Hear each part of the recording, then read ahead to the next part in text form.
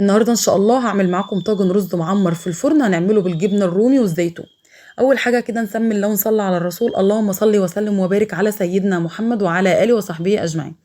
ندخل كده نشوف المقادير والطريقه. طاجن سهل جدا بسيط، في نفس الوقت طعمه شهي جدا.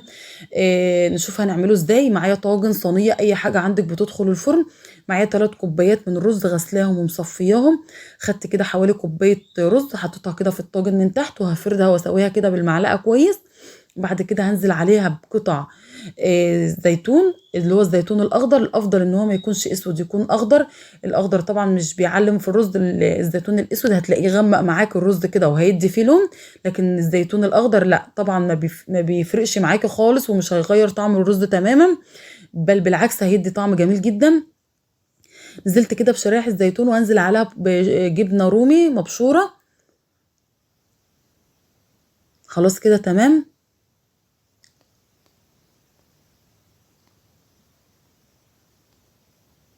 شايفين طريقته سهله ازاي وبسيطه.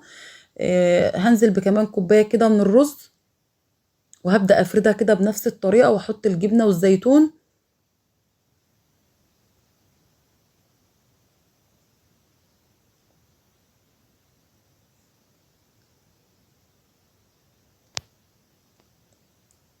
خلاص كده تمام.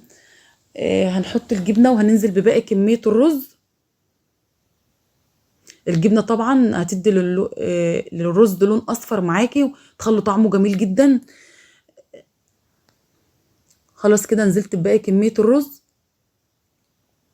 كل كوباية رز طبعا هتاخد معاكي كوباية من الحليب ونص كوباية من المية. يعني لو انت عاملة 3 كوبايات رز زي ما انا عاملة كده، هتحطي 3 كوبايات من الحليب او اللبن زي ما بتقولي بقى عليه، وكوبايه ونص من الميه. خدت معلقه صغيره من الملح، ولازم تخلي بالك من موضوع الملح ده، لان الجبنه حادقه والزيتون حادق، فهيملح معاك الرز لو انت زودت الملح. فخدنا كده معلقه صغيره، ونزلت بحوالي 3 كوبايات من الحليب، وهنزل عليهم بكوبايه ونص من الميه.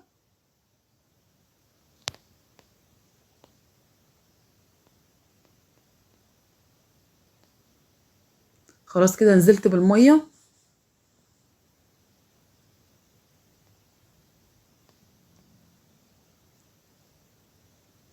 وهاخد حوالي معلقتين من الزيت. الزيت طبعا هيخلي الرز يكون فيه لمعه كده معاكي بيلمع. معلقتين بس مش كتير.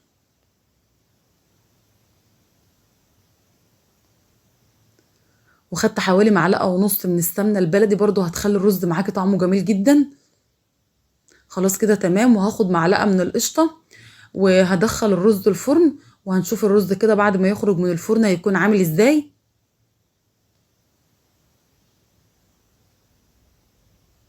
لو عجبتك الوصفه ما تنسيش تعملي لايك وشير وسبسكرايب وتفعلي الجرس عشان يوصلك كل الفيديوهات الجديده.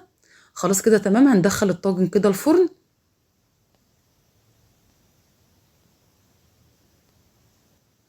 شايفين بقى شكله بعد ما خرج من الفرن كان جميل جدا. الرز طبعا مش ماسك في بعضه ومفرفر معاكي كده وسايب نفسه، وكان طعمه جميل. والجبنه زي ما قلت لك عطياله لون كده، مخليه لونه اصفر شويه. والزيتون برضو عطوله طعمه جميل. يعني انت بس ممكن تخلي لي معاه كده شويه طماطم، يعني وجبه في نفس الوقت سهله وبسيطه واقتصاديه، مش مكلفه ولا حاجه.